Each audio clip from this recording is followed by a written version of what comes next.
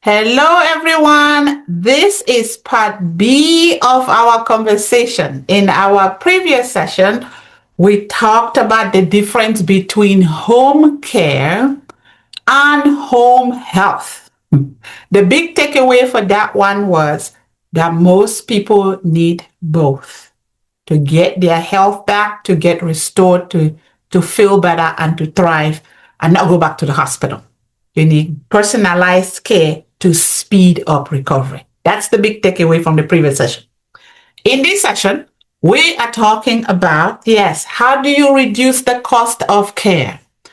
Home care is not cheap. Assisted living is not cheap. Independent living is not cheap.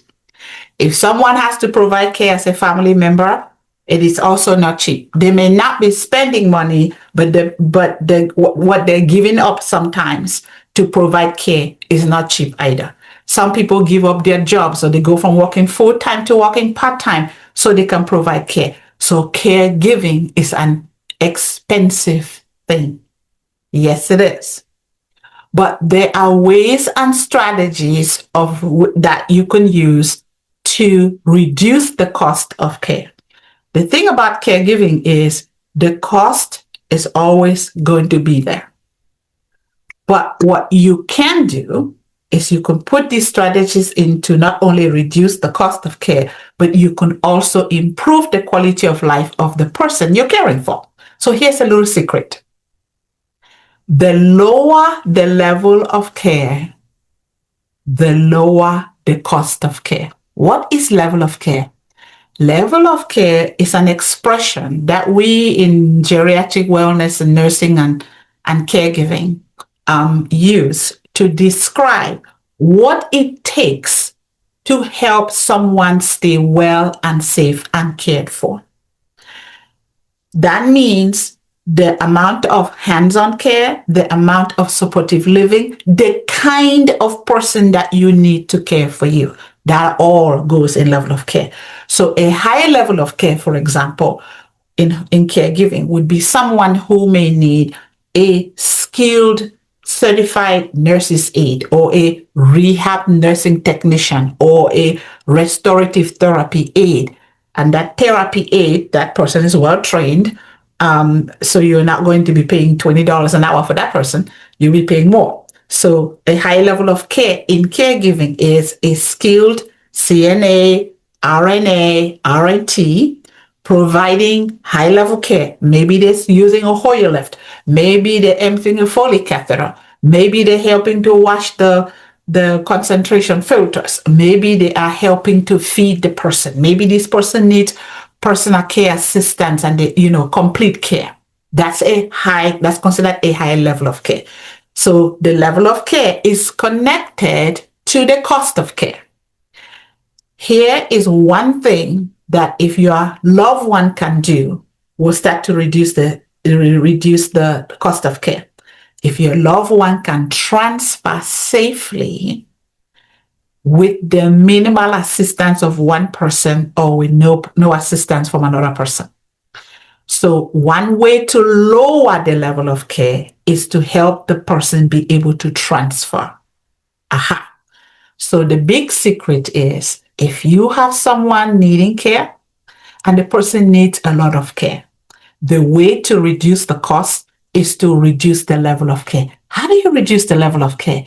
Is by having the person's care plan be built in a way that it promotes recovery.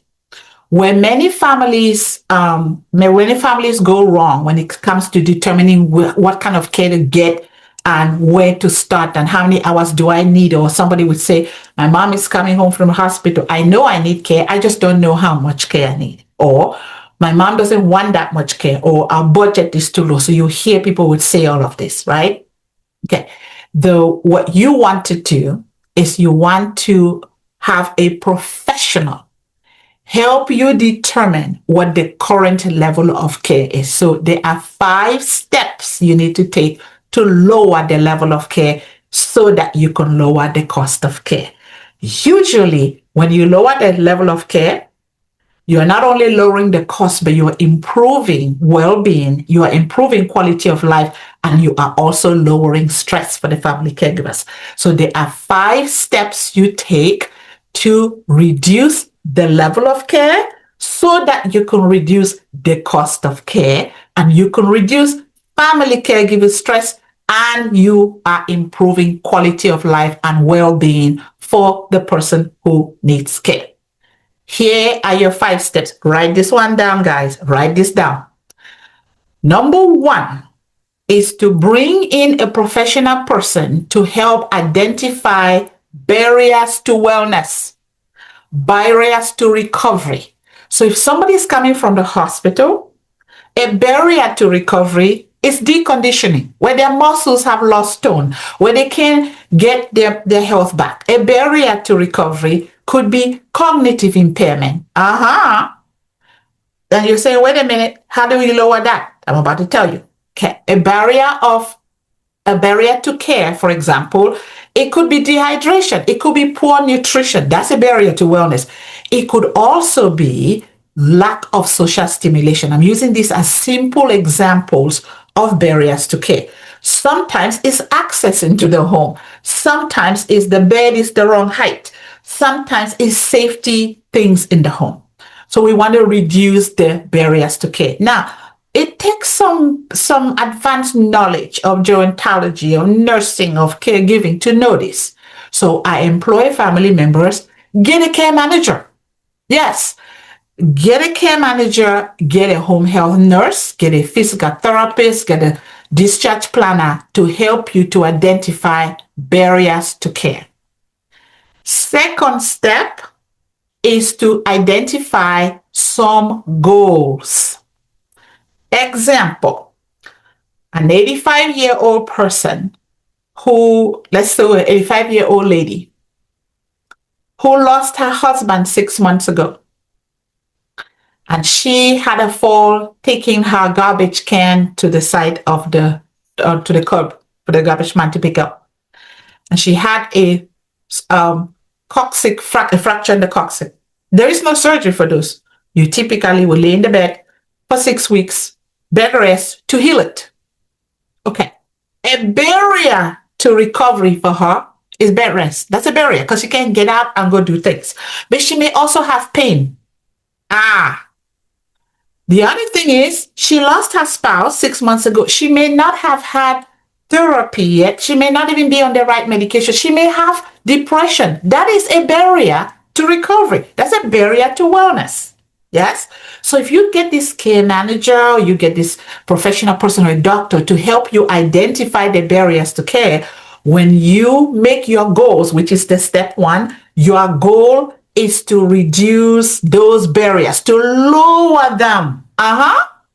So in this situation, if we were using this example for this 85-year-old, one thing we need to do, one goal would be to do a depression assessment and maybe put her on the right medicines if she needs it and start therapy if she needs it, because when the mind is better, the body will respond. Yes? Okay. So step 1, identify your barriers to wellness. What are the things that are going to be in the way? So if it's muscle conditioning, then one goal would be to have the physical therapist or the occupational therapist to create a program that this person is going to use to get their strength back. That's the second step. Third step is that you need a science-based, science-backed modality for the caregiving. If we were using this woman as the example, the science says what? She may have been in the hospital for how many days? Maybe 3, 5 days, 7 days, 10 days. And now she's home and now she needs to be on bed rest or minimal assistance, or maybe she's just allowed to get up and have personal care and then not go down line dancing, for example. So her care plan then would be written with that science knowledge. Well, we did say that there's possible some emotional wellness there. There could be some mental wellness issues. In that situation, her care plan is going to need what? Maybe some cognitive therapy to go with it. That's where the science comes in, which is your third step. Your fourth step is to determine how you're going to measure her progress. So you need measuring tools. Measuring tools, we have a modality at Penn Dynamic. We have a Hill modality. One of the tools that we use there is not only hydration, but the number of hours of sleep and the level of pain scale.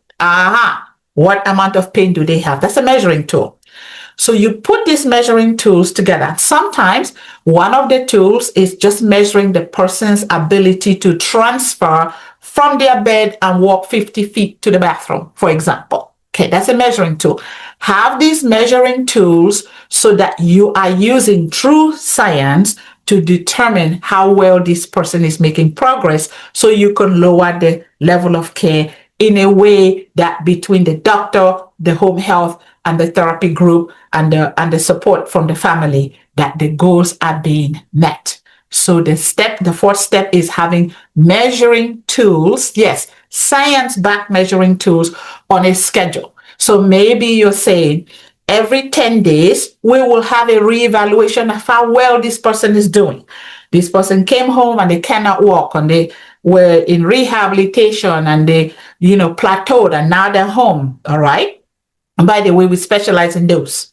So those people who have failed therapy is what sometimes a family member would say, my husband went to therapy and he failed therapy and he did not do better, and he's home now, he's plateaued, he can no longer walk, and we have to do all of it for him. We specialize in that, by the way. So a measuring tool for that kind of a person, which is a high level of care, by the way, that could be how quickly this person can regain their strength and be able to transfer with the assistance of one, or how many feet are they going to be able to walk in the first 10 days. That's a measuring tool.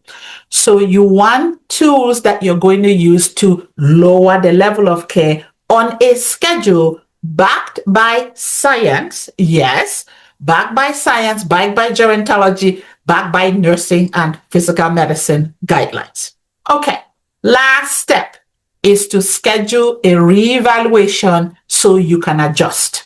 So what we do at Penn Dynamic, I'm going to use our example this is what we would do.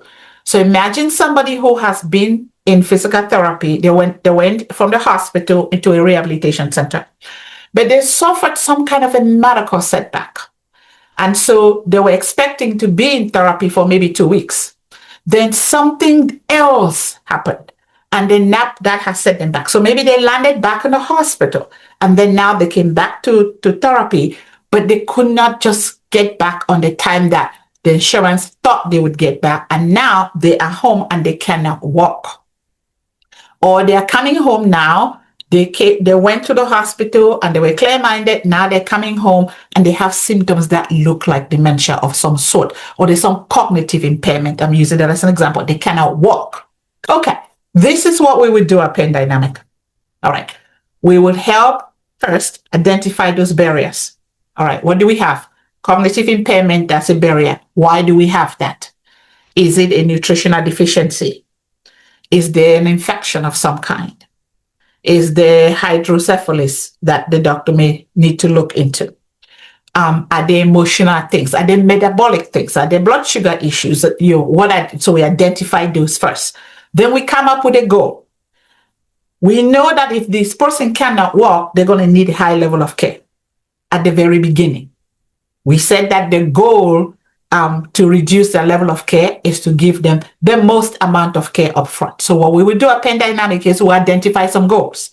We know that if we can get this person to get strong enough to sit at the side of the bed and transfer to the wheelchair with the assistance of one, we are already lowering the cost of care right there. And in a few weeks, our goal is to have that person transfer from the bed and walk 20 feet. We're making progress. In 3 weeks, we want them to be able to walk 50 feet. That's exactly how we measure it at Penn Dynamic. So by the time that 30 days comes along, based on those goals we've set, we may have gone from care from needing to be round the clock care. Maybe now we're at 16 hours a day. And then as we improve, we are reducing the care because the person is getting better. So the strategy is you front load the care. Yes, get a professional to help you identify the barriers. You front load the care with the right tools, backed by science. Yes, so it's just not some arbitrary, Oh, I'm just going to send a caregiver to take care of my mom. No, you're going to send a caregiver that is going to have the nursing oversight with the physical therapy program put together, fully coordinated with the tools to measure. You're helping them hydrate. You're making sure the nutrition is good. You're getting them walking and you're measuring their mobility so that by the time the first 30 days come by, they have stayed home. Yes, they are now back in the hospital because of a symptom they cannot manage. They are now moving. Yes, they may not need 24-hour care anymore. Maybe they need 16, maybe they need 12. So that is how you lower cost of care. Identify barriers, create goals with tools that are measurable. Yes. Take those tools, measure them on the set correct days based on physical therapy, nursing guidelines. Yes. Reevaluate every 10 days, every 15 days, every 14 days, whatever the day your therapist recommends, you evaluate that. And then you adjust the amount of care to match the level of care. That is how you reduce the cost of care.